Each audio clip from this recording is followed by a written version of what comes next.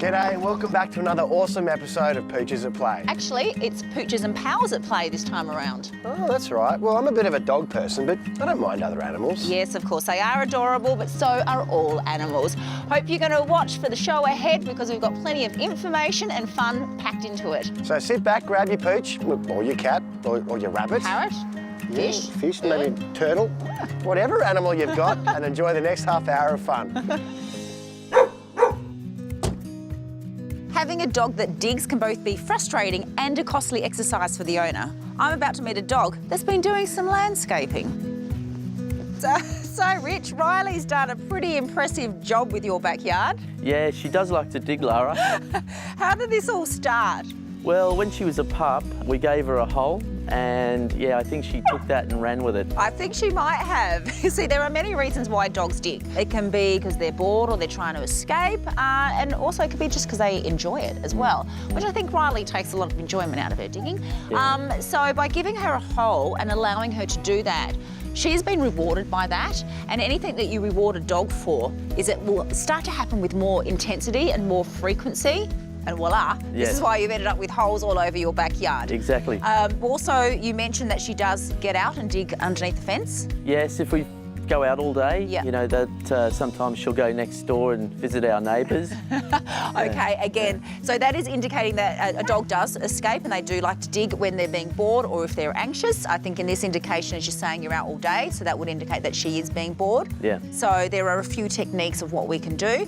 I think, have you done any gardening that she might have been watching? I doubt that. Okay, so that is another reason why sometimes dogs do start digging. They're mimicking us and they're watching what we're doing. So we'll rule that one out. Yeah. So I'm tipping boredom. Yeah. And also because she's been rewarded, so she's going to keep doing it with more. So I've got a couple of techniques that I think might help here. Yep. Ready to give them a try? Yeah. What do you think, Millie? Golden child.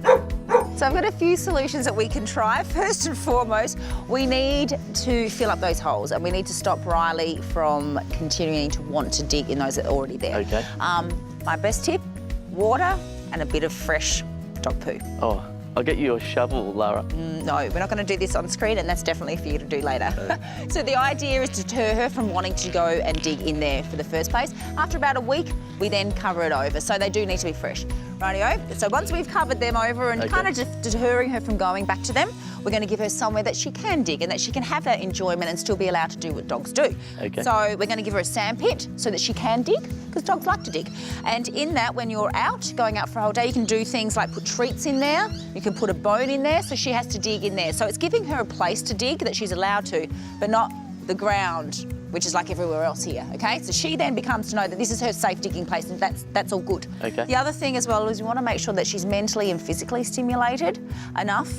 So some things like interactive toys are a great one. Yes. This Aussie dog Home Alone is awesome for that, particularly for dogs like Riley, because she can pull on it, she can chew, and the great thing is that's physically tiring her out, as well as this noise and the treats coming out as the reward is mentally stimulating her as well. Awesome for Border Collies. Yeah. So what we want her to do, treats are coming out of there, she gets rewarded. So again, she doesn't have to be digging in your garden for a nice reward. She's going to use this instead. Yes. Okay?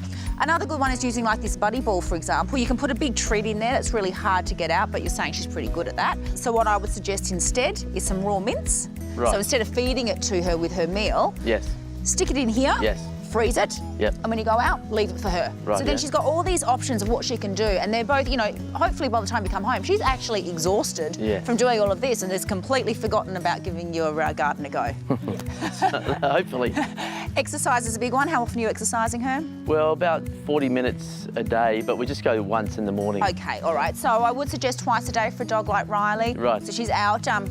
Great for you there, Rich, too. Well, nice of you to say, Lara. So, you know, again, it's all about tiring them out and stopping that boredom and that, or any anxiety, even if they've got that. So about doing that too, obedience training. Now, you've been a little bit slack on that of late. Yes. Yeah, a little bit, yeah. All right, you've been busy, but you are going to get back to it. You give me a word on that one. We do. So obedience training is, again, keeping them mentally stimulated. So all of those combined, covering them up, worst case scenario, blocking her off from the area where she is digging is another one as well. Yes. That should help address it. Awesome. All right, feeling confident? Yeah, absolutely. Good. All right, well, try all these at home if you have got a dog that digs. You can visit our website for more information, or if it's kind of gotten to the stage like Riley, you might want to get a professional dog trainer, so visit the NDTF website to help. Thanks, guys. Thanks, Lara. Thanks, Riley. You're allowed to dig in here. Yes, this is good.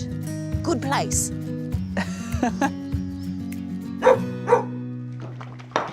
Guyton, what are you doing? I'm just making some lunch. We're on a break, right? We are, but they're Darcy's dog treats. What? No, they look like they're for us. What's this? Love 'em gourmet beef sausages. They're 95% meat, vegetables, herbs and natural flavours. No wonder Darcy loves them. They're human grade. Of course, nothing but the best for Darcy. And you know what? They're great when I'm cooking a meal because I can make my dinner, give him one of these, and he thinks I've made him something special for him too. It's pretty good. Oh, crikey. He's got the choice between beef with tomato and basil or lamb with rosemary and honey. Yep. This dog's living the life, Darcy. He sure is. So what about these? Can I have one of these, or are these Darcy's too? Well, they are Darcy's treats, but they are 100% chicken breast. So if you want one, you can, but I think Darcy might be happier if you left them for him. Fair enough. If you're after a 100% natural Australian made and owned premium treat range for your dog or cat, visit the Love 'em website. So what are we having for lunch? I don't know, actually.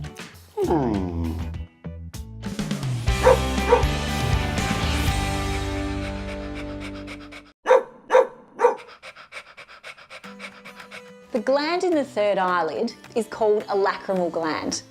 And dogs and humans both have one just up here. Dogs have an extra one in their third eyelid. In dogs, this is responsible for the majority of tear production. And without tears, the health of all of our eyes would rapidly deteriorate. The most common sign of cherry eye is a red oval mass protruding from the dog's third eyelid. It will often be swollen and can be irritating. If left prolapsed, dry eye can definitely develop, and this is something that you want to avoid. The exact cause of cherry eye is still unknown, but it's thought to be due to a weakness at the base of the gland, allowing it to flip up and become visible. Surgery is the only treatment. The medical condition commonly known as cherry eye, or more correctly, a prolapsed gland of the third eyelid, commonly occurs in breeds such as the American Cocker Spaniel, Beagle, Bulldog and Pekingese. But as gorgeous staffy Jedi here and his owner Sheridan know all too well, it can occur in any breed and occasionally in cats. Sheridan, tell us what happened to Jedi. Well, when he was 3 months old, he developed this pink mass, which was protruding from his inner eyelid. So I took him to the vet and they gave me a topical ointment to reduce the swelling, which didn't seem to work, and he ended up needing surgery. So it just kept popping out? Yeah. Was it aggravated or annoying? Yeah, it was quite, it didn't seem to annoy him, but it can obviously get quite irritated and red, and aesthetically it looked quite angry and sore. Yeah, I can imagine. Yeah. And so then how did the treatment or the surgery go? What happened there? Really good. It was just a day procedure. He did need a general anaesthetic. They put some stitches, some dissolvable stitches, so he wasn't in any kind of discomfort. Although then the next week, the following eye also went, so we had to go through the whole procedure again. But his eyes look great now, so it obviously worked very well. Definitely. Where are you off to? And did you expect to be having to pay money for surgery at the age of 3 months? Absolutely not. I was quite surprised. Luckily, the breeder had organised a 6-week complimentary pet insurance, which ended up covering all of his bills. So we've continued with that because I definitely see the value throughout his life, because you just never know what's going to happen. No, lucky Jedi, eh? Yeah, a lot of owners don't consider that their pet may have accidents or illness at any age, and cherry eye can definitely affect younger animals. Now, if you're like me and you've fallen in love with this handsome fellow here, you can follow him on Instagram at _MasterJedi. To find out more about how your pet can be covered at any age, visit the HIF website for more details.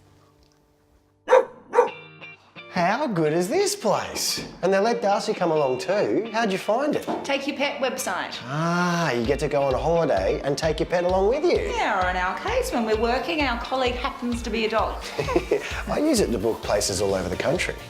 It's great because you can take your dogs along with you and it means they never miss out on anything. Darcy loves it. Yeah, holidays are so much better when you've got your best friend along for the ride, don't they? Oh, exactly. Escape the everyday with your furry friend in tow with this week's Take Your Pet featured property. Situated in Mount Gambier, a little over 4 hours drive from both Melbourne and Adelaide, Limestone Coast Tourist Park is the perfect place to recharge your batteries and experience all the rewards the Limestone Coast has to offer. Set on 8 acres of tranquil parkland, overlooking surrounding countryside, you can relax in the lovely grounds or explore the many nearby sites, including wineries, caves, beaches and markets. Come for a rest, come for an adventure, or do a bit of both. For more pet-friendly accommodation ideas, visit the Take Your Pet website. Make sure you get our good side. Yeah, turn around the other way. Bye. Okay, 1, 2, 3. Ah, that's a winner. That doesn't even need a filter. Oh, very funny, Garshin. So who do I upload it to? At Pictures at Play, and they can go on Facebook, Instagram and Twitter. One handle. Yeah, for all of them. But also actually tag at Lara Shannon and, of course, at Dynamite Darcy, because he doesn't want to miss out. He's got heaps of followers. Who are you? That doesn't matter. At Lara's sidekick. At Guyton Bradley. One more? Sure. Yay!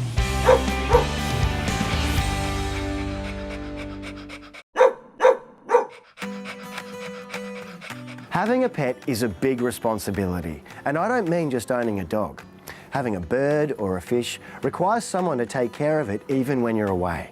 So if your lifestyle makes it difficult to be a full-time pet parent, maybe you should consider inviting some bird life into your own backyard. That way you can enjoy their beauty and company without having to take on the full responsibility. Belle, a little birdie tells me that you're an expert in this. Is it okay to feed wild birds? In general, yes, but there are a few things we just have to tick off first. Recent studies indicate that yes, it is okay to feed wild birds, so long as it's species-specific diet. It can actually help them survive really harsh winters and those really harsh Australian summers where their natural resources aren't as plentiful. But first you need to make sure that it's okay with your local council because some do prohibit it. And secondly, keep in mind that we're acting more like a snack bar for the birds. So we don't want them to become dependent, we want them to use their natural resources for food. So we're more like a little protein bar along the way. Okay, so what kind of food? How much do we give and what type of food should we be giving them? So a good quality species-specific seed diet, like Birdzone, for example, do very good formulas. A little bit of that a few times a week at irregular times, maybe like a small handful, somewhere up high, safe and away from dogs and cats would be perfect. Okay, and what about leftovers from our own kitchen, like bits of bread or scraps of crackers and biscuits? I know a lot of people love to offer things from their own kitchen to not just birds, but dogs and things as well.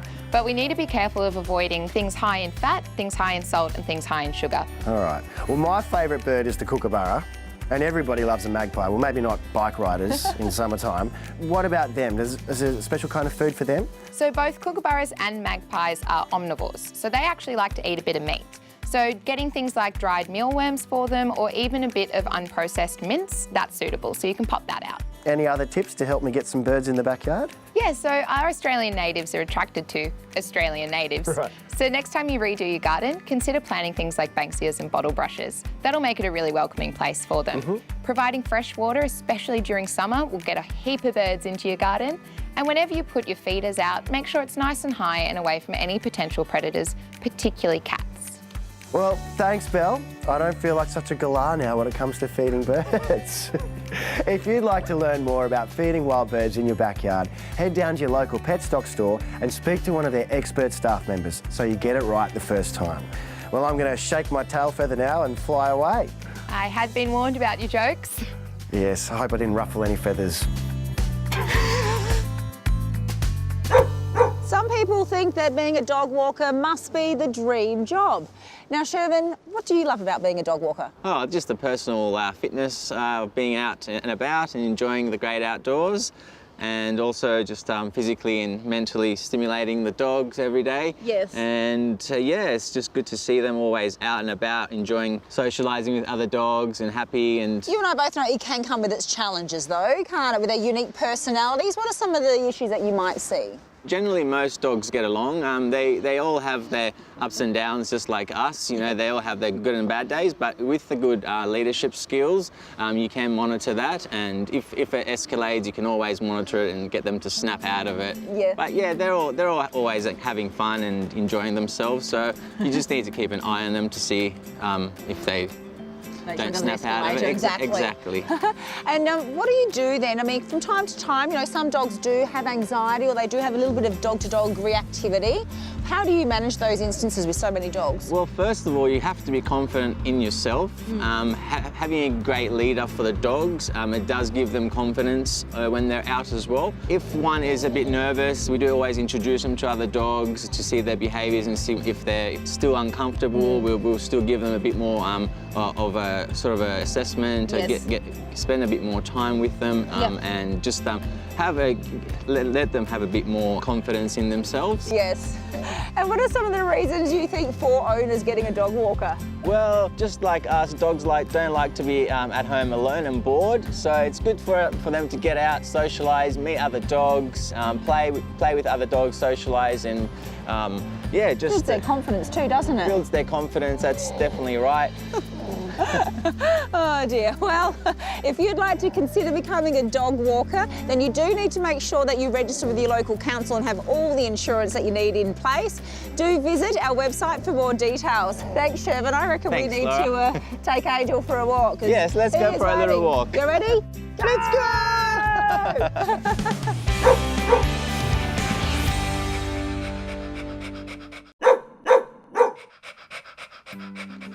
We all know how a dog's wagging tail and unconditional love can do wonders for our well-being, especially when it comes to family matters. Well, here at Canteen, they know all too well how the affection of a pet can make the tough days just a little bit brighter. Cass, how you going? Good. Tell us about how you came to work with Canteen. So I came through Canteen when my mum was diagnosed with cancer. After her treatment and everything, I then progressed through Canteen when my two grandparents were diagnosed, and I've just stayed in ever since. So Millie came along, and how has she been a help for you, especially dealing with your family's treatment? So we got Millie just before my mum was diagnosed, and whilst my mum was diagnosed with cancer, she just became a distraction and just an unconditional love source for me when my mum wasn't around. She was in hospital. I feel like she could sense when they needed a little bit more love than what maybe I needed at the time. She was just always there. There was a distinct moment when both of us were just at home by ourselves. Everyone else was at the hospital. I made us dinner and we sat at the kitchen table and ate dinner just like a normal family would, just to bring some normality back into our lives. So you think she had this sixth sense? You think she knew? Yeah, I think she can know. And tough times going on? Yeah, even to this day, if we need just a little bit more support, and she'll just come up and give us a cuddle. What kind of things do you guys do to help out? Millie always supports and wears bandanas when I can take her to Canteen events. I can be supportive in sharing my story and taking Millie along with me when I can, yeah. And people can relate to that and find strength in your journey. Yeah, definitely. So how can our viewers at home help out with Canteen? For National Bandana Day, they can go to any PETstock store and purchase a bandana to help support Canteen. Thanks very much. Thanks, Millie. There you have it, a wonderful example of how pets love can just help that little bit and bring a bit of brightness into such a dark day. If you'd like to know more information, head to bandanaday.com or check out the links on the Pooches website. So Chris, there's sometimes a bit of confusion around the guides on our pet food and how much we should or shouldn't be differing from that. How important is it that we stick to it? It's a common question that we hear a lot of the time. So, look, it's a guideline. You start on those and then you just monitor the weight. Nobody knows their dog's better than their owner. So if your dog starts putting on a little bit of weight, you just cut back on whatever the guide's indicating. If they're losing weight, you need to increase it. So all dogs are different with their level of exercise, where they're living, seasonal changes.